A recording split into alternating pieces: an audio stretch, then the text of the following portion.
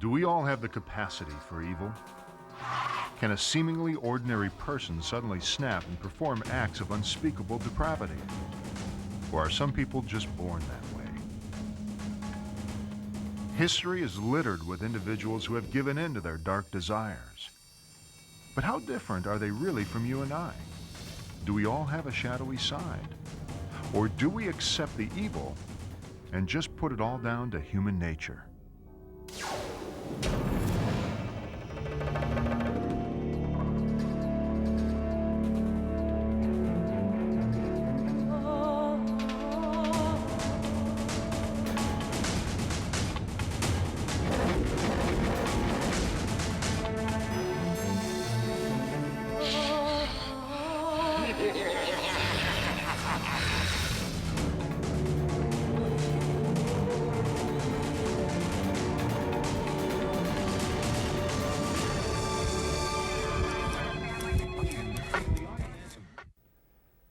As human beings, we all share certain distinct qualities which set us apart from other animal species. We are all capable of love, happiness, and compassion. But we're also capable of hate and rage. Our capacity for rational thought, however, not only allows us to distinguish between good and evil, it also allows us to choose between them. But not all of us make the right choice, and some of us reveal the darkest side of human nature. Human nature is said to be partly determined by heredity and partly by the environment in which we grow up. The problem is we don't all have the same genetic makeup, and we all grow up in different environments exposed to a variety of influences. Some immoral, harmful, even evil. When the mix is right, the result can create monsters. Albert Fish, Edward Gein, and Andre Chikatilo are three such monsters. Not only did they kill, they ignored one of the last taboos of modern civilized society. These men were cannibals. Professor of American culture and author of many books examining extreme and bizarre expressions of human nature, Dr. Harold Schechter. Cannibalism obviously is a kind of activity that's very, very ancient in terms of, and very universal in terms of the human species. We understand what it is to hate, but when society says it's all right to hate, even ordinary people are capable of acts of unspeakable evil. The practice of lynching is one of the darkest chapters of hate in American history. And today, hate groups and hate crimes are increasing at a frightening rate. Is our anger out of control? Road rage, air rage, work rage, computer rage, technology rage. Ted Kaczynski's 18-year rage against technology left a trail of death and destruction as the Unabomber. Anthropophagy, or cannibalism, is the crime that shocks us beyond all others.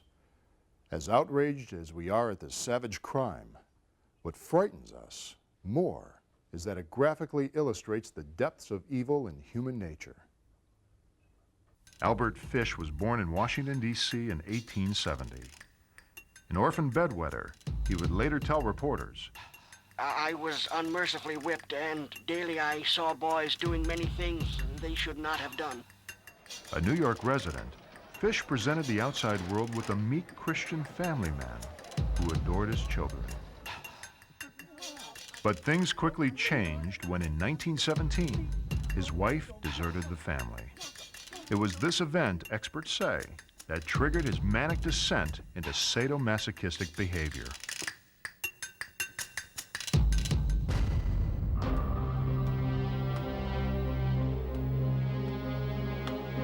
He began to suffer from hallucinations and became obsessed with the religious concept of self-punishment. His children often witnessed him hitting his nude body with a nail-studded paddle until he bled. I always had a desire to inflict pain on others and to have others inflict pain on me. I always seemed to enjoy everything that hurt.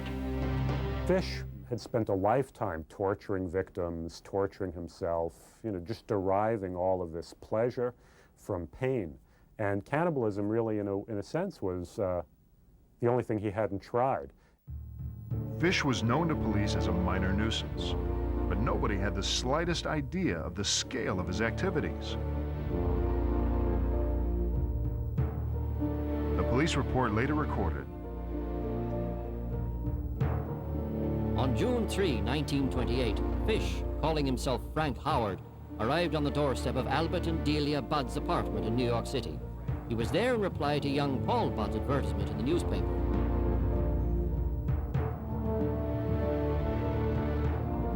Paul, 18, was looking for a job, and this Mr. Howard had come to offer him one on his fictional Long Island farm. Delia persuaded the old man to stay for lunch. Even though Albert Budd wasn't very impressed with the way this Frank Howard looked, he did seem credible, and he knew how eager his son wanted to work. They had just sat down to lunch when the Budds' 10-year-old daughter Grace returned home from church. This pretty young girl captivated Fish. It was then that this kindly, polite old man remembered that his sister was holding a birthday party for his niece that very day. He suggested that while he was waiting for Paul to pack, he could take Grace to the party. Albert wasn't sure that he should let her go, but Delia Budd thought it would be good for Grace.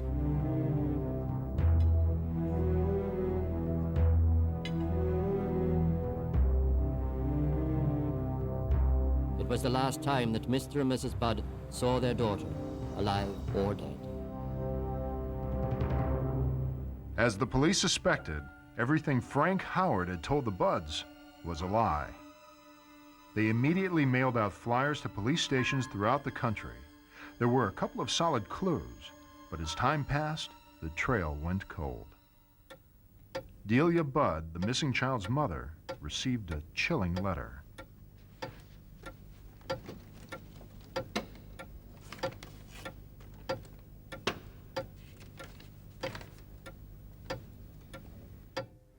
On June 3, 1928, I came to your house. We had lunch. Grace sat on my lap and kissed me. I made up my mind to eat her. Under the pretense of taking her to a party, I took her to Westchester, to an empty house up there. First, I stripped her naked. How she did kick, bite, and scratch. I choked her to death. I cut her in small pieces. It took me 9 days to eat her entire body. She died a virgin. In writing the letter, he was clearly reliving the experience. I think it's one of the reasons the letter is so detailed. And then, of course, you know, there's just the very sick gratification he probably derived from knowing how much agony this was going to cause this woman. Fortunately for Detective William F. King, the envelope had an imperfectly erased address. Caught, Fish confessed to killing Grace Budd. He described how he had been overcome by what he called his bloodthirst. Police were able to tie Fish to 3 other unsolved murders. In all, authorities believe Albert Fish killed at least 15 children. There's an analogy there between what somebody like Fish does and certain sorts of sexual libertines. The kinds of experiences that they need after a while just become increasingly bizarre and baroque and extreme. Once you've done one thing 100 times, you really need something more intense. And cannibalism really, in a sense, was the only thing he hadn't tried. Police were amazed at the matter-of-fact way he described his cannibalism. It was like a housewife describing her favorite methods of cooking. Doctors were shocked by the level of his sadomasochism. X-rays revealed Fish had inserted up to 29 needles in his pelvic region.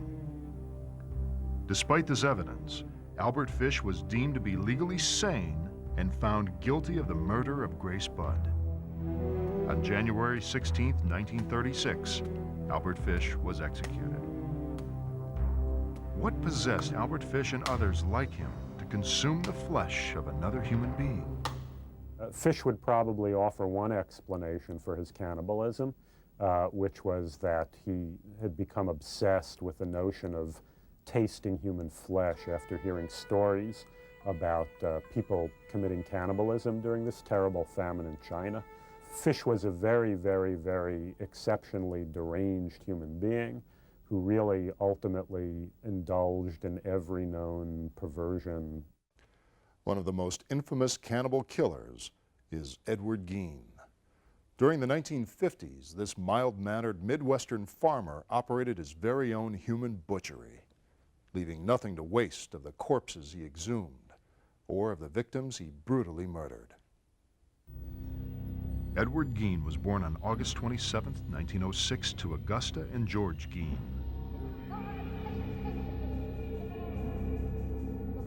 I knowed Mama was trying to teach us the good book and all, but my little brother Eddie, well, he sure was impressionable at that age. He would listen to Mama talking that wild talk and then be scared of all kinds of people, especially women folks, but I knowed I'd always be there to protect him. Gein was the basis of the movie Psycho, and the psychology that's represented in terms of Norman Bates and his relationship with his mother pretty much reflects the reality of Ed Gein's relationship with his mother, which is to say that he was an extremely pathological mama's boy who had been raised by a woman who spent her whole life. It wasn't just that she was a religious fanatic, it was the particular form that her religious fanaticism took, which was instilling Gein with the notion that sex was horrible and that all women except her were horribly evil. In 1940, Ed's father died, and a few years later, so did his brother Henry. Then the final nail in Ed's mental coffin with the death of his mother in 1945. When she died, he was a middle-aged man at that point. That's really when his psychopathology erupted in its most extreme form. Grief-stricken, Ed sealed off his mother's bedroom, preserving it as a shrine. He obviously had this very desperately sick love-hate relationship with her, again, as Norman Bates does to his own deceased mother. Ed became increasingly lonely. He spent much of his time reading pornography and human anatomy books. He became obsessed with sex, and in particular, the female anatomy.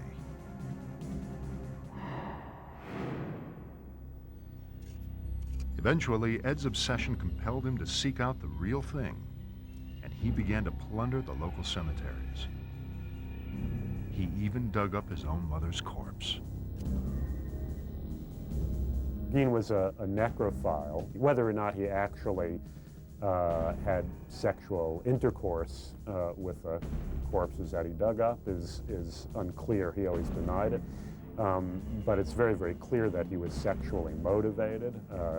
He was saving the genitalia in a shoebox and obviously performing all kinds of very, very sick sexual investigations in any case on these bodies.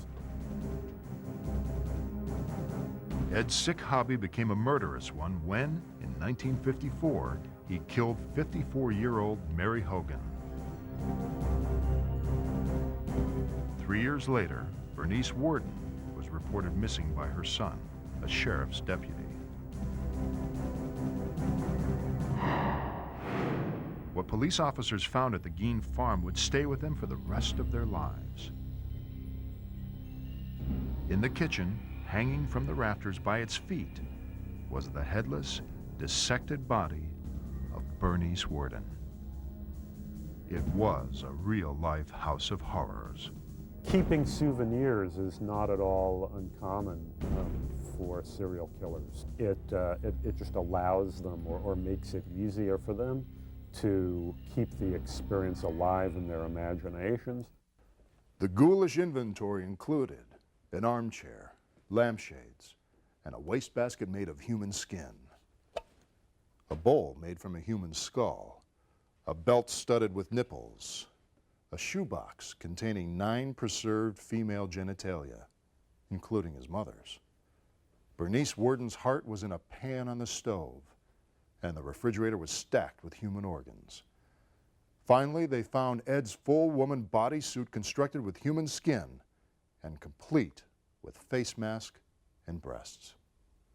One of the reasons we're so fascinated by serial killers is that they seem to be performing some kind of ancient, almost religious pagan rituals of human sacrifice and disembowelment, and sometimes clothing themselves in the skin of their victims, as Ed Gein did. And again, cannibalism is part of that. Edward Gein confessed to the murders, but he would be found to be criminally insane. Generally speaking, serial killers are not psychotic. They are psychopathic. Gein actually was one of the rare exceptions that was clearly schizophrenic. Always a model prisoner, Ed Gein died peacefully on July 26, 1984, age 77.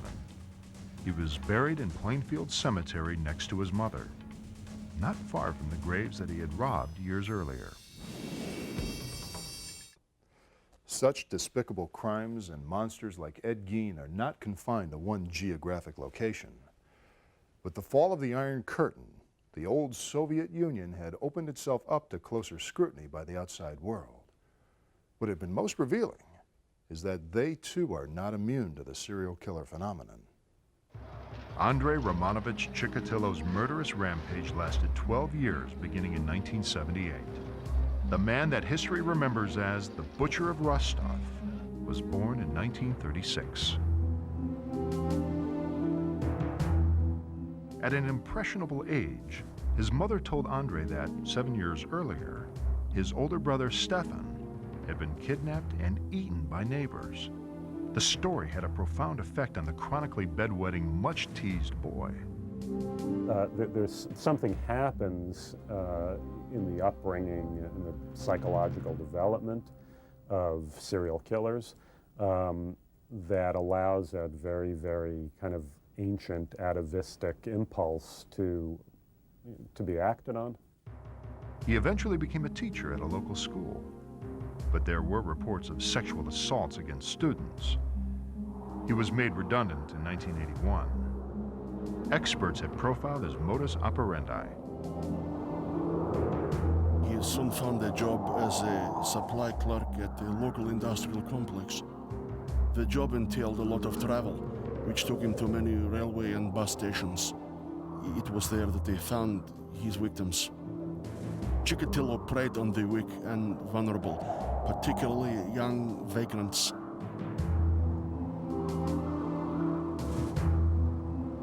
The advantage of preying on vagrants in Russia was that nobody reported them missing because officially they did not exist. They only became known when their bodies were found. Chikatilo was savage. When police recovered the bodies of his victims, many were missing body parts. Many females missing their uterus and nipples, and the males had genitals and occasionally tongues sliced or bitten off. By September 1983, the Central Moscow militia, concerned by the number of dead children that were being reported by the local police, took over the investigation. One of the things, first of all, obviously, that's so fascinating to us about serial killers is that they often look so harmless and normal. You know, that whole Jekyll and Hyde phenomenon is very, very fascinating to us. Finally, in November 1990, Chikatilo was arrested after trying to pick up another victim. Police found it difficult that this gentle, softly spoken man was responsible for all these brutal crimes. I think with each new crime they become increasingly, that they get away with, they become increasingly emboldened to try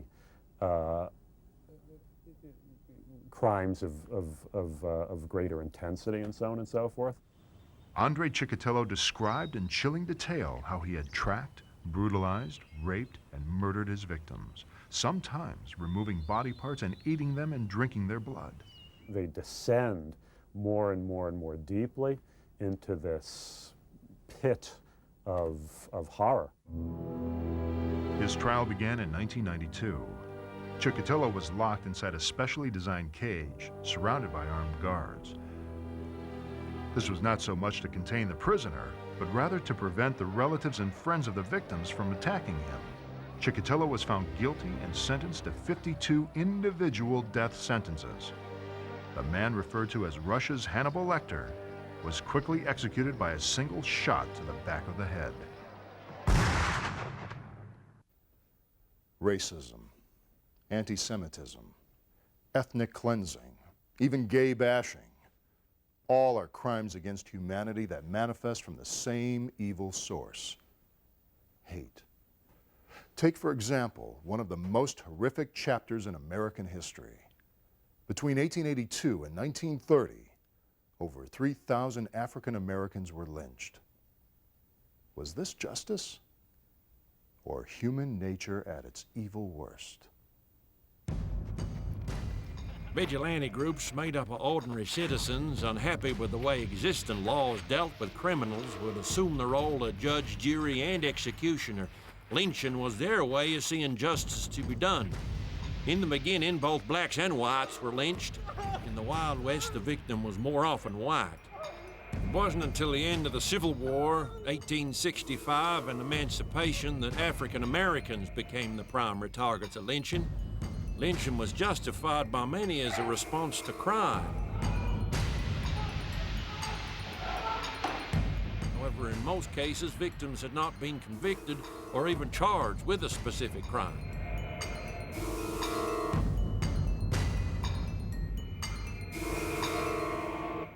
In reality, its true function was to serve as a warning to African Americans that white supremacy was not to be challenged. The actual number of lynchings during this period is not known, as reliable figures only started to be recorded from 1882. Figures range between 3,200 to as high as 4,000. The obvious question to ask then is, how could ordinary people participate in such evil brutality? Dr. Edward Dunbar, clinical psychologist. People that don't necessarily have a good rationale and belief system for diversity, given any kind of authorization or sanction by people that they see as part of their community, become more energized, empowered, and more impulsive, more likely, if you will, then to do the deed. That for them, this is just something to do. And I've talked to people who have been years now gone by who have actually participated in lynchings, and they'll say, you know, it was kind of like being at a high school football rally. Not surprisingly, the upsurge in lynching coincided with the birth of the Ku Klux Klan. The Klan was founded in 1866 by 6 ex-Confederate soldiers as a social club that had no real purpose or goals. It existed only to have fun and play pranks on the public. Violence and intimidation became the Klan's main weapon. Klan members often participated, if not actually organizing, lynchings. It wasn't until the anti-lynching activism of people like Ida Wells Barnett that Americans recognized the injustice of lynching. Hate is growing. While crime has dropped steadily into the 21st century, the number of reported hate crimes has been on the rise. Gone are the days when bigots had to burn a cross for people to see their fiery message of hatred. Now, many are spreading their gospel of hate using the internet. Many civil rights groups attribute the rise in hate crimes to the proliferation of internet hate sites, racist music lyrics, and white power literature. The question of what is popular culture doing by fostering and legitimizing hatred, is of concern to people, like myself, who treat victims, who, come in contact with violent criminals who do hate crimes, and who try to do something with public policy. There were 457 hate groups active in the United States last year. These included groups related to the Ku Klux Klan, neo-Nazi organizations, skinheads, Christian identity, and a mixture of at least 100 other groups subscribing to hate-based doctrines and ideologies. And new technologies bring new strategies. Instead of orchestrating and perpetrating their own acts of violence, hate groups are increasingly advancing their views via the internet. With all this hate, Is it any wonder that acts of violence against minorities are also on the rise? A hate crime, as we define it here in the United States, first and foremost is something that has to be a crime anyway. What makes it a hate crime is that there is then the determination that the person perpetrated the crime substantially because of their hatred for the victim's group. One of the most heinous examples of a hate crime in recent memory took place in June 1998 in Jasper, Texas. Local police described the events. On the night of June 7, 1998, 49-year-old James Bird was walking home when three white men offered him a lift. Instead of taking him home, the men drove Bird to a deserted country road, beat and kicked him.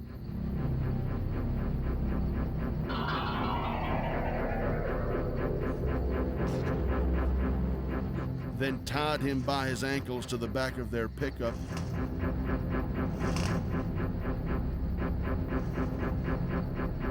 And dragged him so violently that his head and right arm were wrenched from his body. Blood smeared a trail a mile long. The Bird case is a pretty good example of how a hate crime can happen. When they first came in contact with him, they apparently did not have the immediate intent and design to take this man's life, but they escalated simply by being with and near this person, and one person was able, I think, essentially to lead the others to say, you know, this is something we have a right to do, and it's our neighborhood, it's our community, and the like. The crime has been described as one of the grisliest racial crimes of the post-civil rights era. The Bird case really captures a lot of what hate crimes are about, which is that they're impulsive, they're without provocation, and that they have somebody who's decided that that is what they have a right to do and that they are then going to go ahead and act upon it. Hate crimes aren't always racially based. The most socially acceptable and probably the most widespread form of hate crime amongst teenagers and young adults are those against the gay minority. Matthew Shepard looked like the all-American nice kid next door. They have some kind of an intent. They have some kind of a desire. In the Shepard case, there was, an act of entrapment. That is, getting this young college kid to go out of a bar after he'd been drinking for what he thought was going to be some kind of either a social or sexual interaction, interlude with these kids, who then turned very violent upon him. And in that case became, assaultive, even sadistic in terms of the form of tying him up and beating him and attacking him. Shepard clung to life, breathing with the help of a ventilator for 4 days until finally succumbing to his horrific injuries. He never regained consciousness. The motive for the bashing? Matthew Shepard was gay. Part of what had been proposed as their rationale or their form of defense was they said, well, he was a gay kid and we panicked and we did this because we were upset that, we found out he was gay. Fortunately, in that state, this homosexual panic idea was not found to be valid in the law. The judge made a sort of strong statement about that. Russell Arthur Henderson, 21, and Aaron James McKinney, 22, were both charged with kidnapping, robbery, and first-degree murder.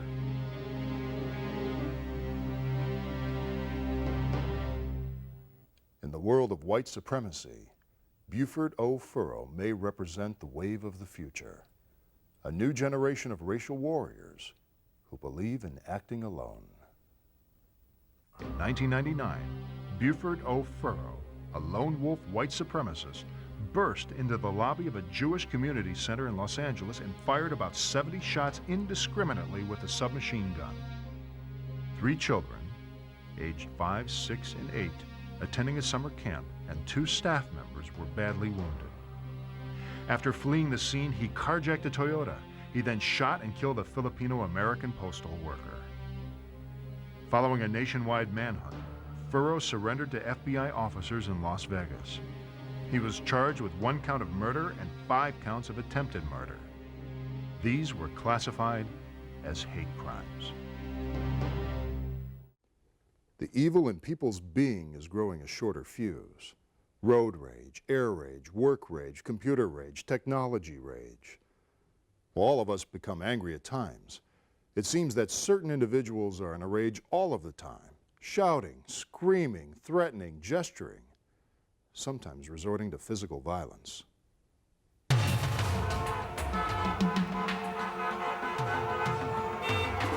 Dr. Leon James and Dr. Diane Gnarl of the University of Hawaii are traffic psychology educators. We're living in the age of rage and also in a social context of disrespect. In other words, we're talking about the highway, and there's a certain warfare culture that has been going on the highway for several years.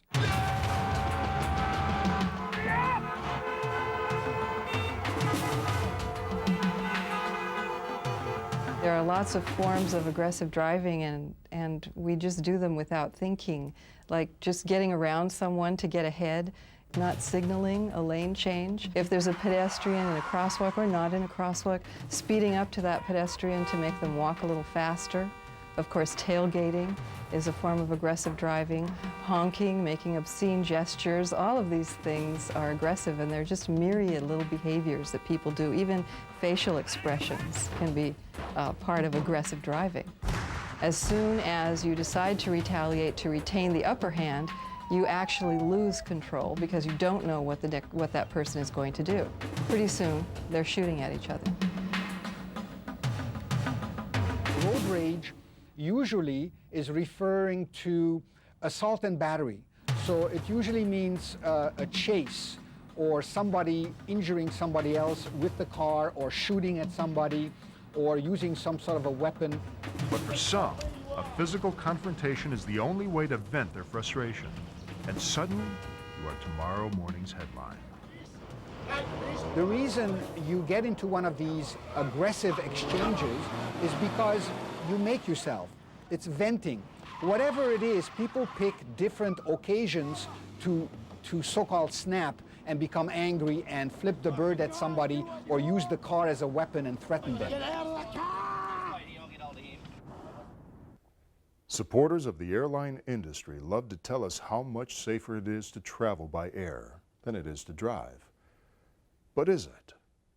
Another frightening phenomenon that has been increasing in frequency over recent years is air rage, as flight attendants well know.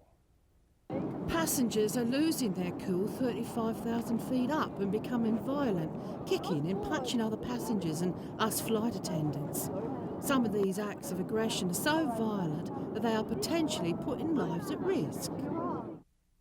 Air rage has come to the fore just in the last 4 or 5 years or less. A lot of people don't even know it exists yet. Some people call it sky rage.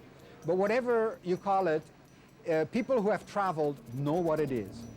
Namely, being very frustrated because of long waiting or because of not being told what's going to happen or because of being basically kidnapped and locked up in an airplane for 3 hours on the tarmac waiting to take off.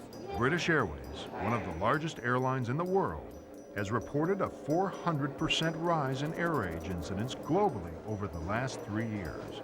But I think a new age is coming where we need to treat passengers more compassionately and help them with these emotions. If there are going to be all these millions of passengers in very small spaces for many hours, we need to help them to spend the time in a way that promotes positive emotions rather than negative. Fortunately, the depth of our rage extends far beyond our roadways and skyways. Within the workplace, computer rage is a new and growing phenomenon. This has to do with frustration with technology and how overwhelmed people have become in the information age. I see people sort of hitting the keyboards, yelling at the screen, but in the workplace it gets even worse. I've seen videos where people are actually physically destroying their computers and throwing them in the halls and kicking them.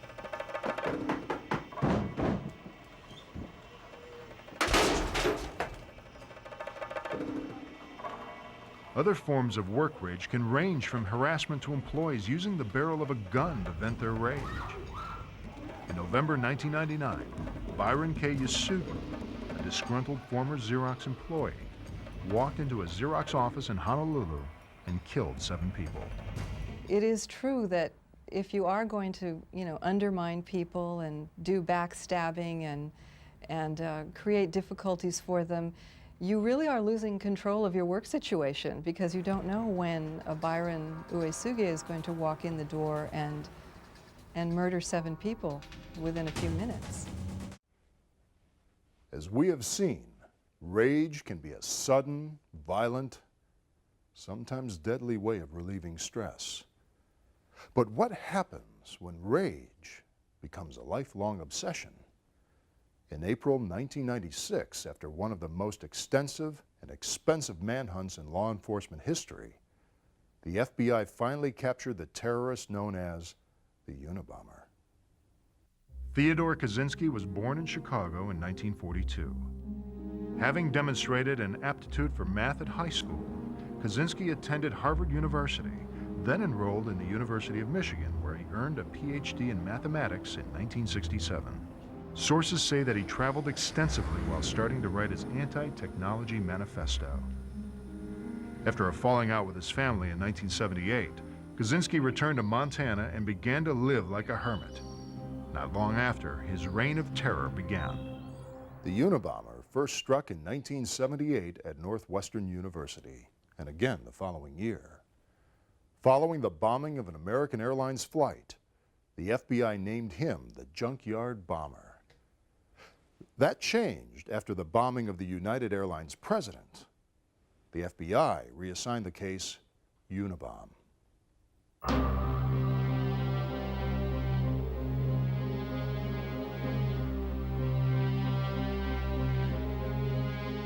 The bomber was clever. He left no fingerprints on his carefully crafted devices and built his bombs with the most generic materials he could find. He never licked the stamps he used on his packages. The next few years bring more bombings as the injury toll starts to build. Then tragedy. On December 11, 1985, Sacramento computer rental store owner Hugh Scruton is killed. Investigators decided to go public with their investigation. A $25,000 bounty for the Unabomber's capture is posted.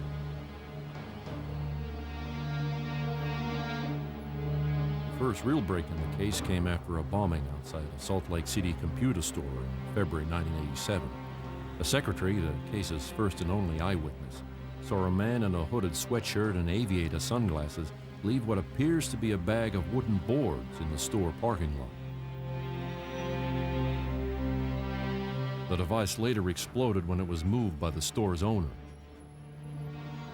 This would become the way the world would now know the Unabomber. In 1993, after the World Trade Center bombing and the standoff in Waco, Texas, the bomber resurfaces. His victims this time are a geneticist and a computer scientist. A $1 million reward is posted for the Unabomber's capture. In 1994, an advertising executive is killed, and then in 1995, a timber lobbyist was the final victim of the Unabomber. The following day, in a letter to the New York Times, the Unabomber offers to stop killing if his 35,000-word manifesto is published. After reading the manifesto, David Kaczynski noticed a resemblance between phrases and ideas used in the manifesto and those used by his reclusive brother, Ted. Ted also fitted the Unabomber profile. After convincing himself of the possibility that Ted was the bomber, David contacted the FBI. In 1996, federal authorities raided Kaczynski's one-room mountain log cabin. A search of the cabin produced a bounty of evidence, including the original draft of the Unabomber manifesto and a completed explosive device. On January 22, 1998, Theodore Kaczynski pleaded guilty in exchange for life in prison. The Unabomber was formally sentenced to 4 consecutive life terms, plus 30 years. What drives a brilliant man to kill? Was this an example of a true crusader against the dehumanizing results of technology? Is it in our own human nature to go to any lengths to have our opinions heard? Or is it just that evil streak? What terrifies us most about monsters like Albert Fish, Edward Gein, and Andre Chikatilo is that they seem to be so normal, the way we like to think of ourselves. Perpetrators of hate are usually otherwise law-abiding people who see nothing wrong with what they're doing. In the world they live, it's all right to hate. It's a part of their human nature. The Unabomber's manifesto called for a worldwide revolution against modern society. He believes that the technological age has robbed people of their autonomy, saying, "The Industrial Revolution and its consequences have been a disaster for the human race, forcing people to behave in ways that are increasingly remote from the natural pattern of human behavior." What we do see is that some individuals will take those same all too common beliefs and, as I like to think of it, use that as an alcohol for their fire, that becomes the fuel that will lead them to become more aggressive. Whenever we have competition for public places and we have a sense of entitlement in an age of disrespect, you're going to have rage. Why do we enjoy violence so much? You know, watching violence and creating things that depict violence. I think it has increased. I think we're getting better at it, and I think right now we are breeding the next generation of aggressive drivers so that our children are going to get even more aggressive than we are. There's a pride in being bad, in being evil. From what we've seen tonight, maybe he's right. We began by describing human nature as something that is largely determined by the social influences that surround us from the moment we are born. What we have now discovered, though, is that we ultimately decide for ourselves what is right and what is wrong. And given the right environment, or perhaps the wrong one, depending on how you look at it, we are all conceivably capable of evil. And like it or not, that's just human nature.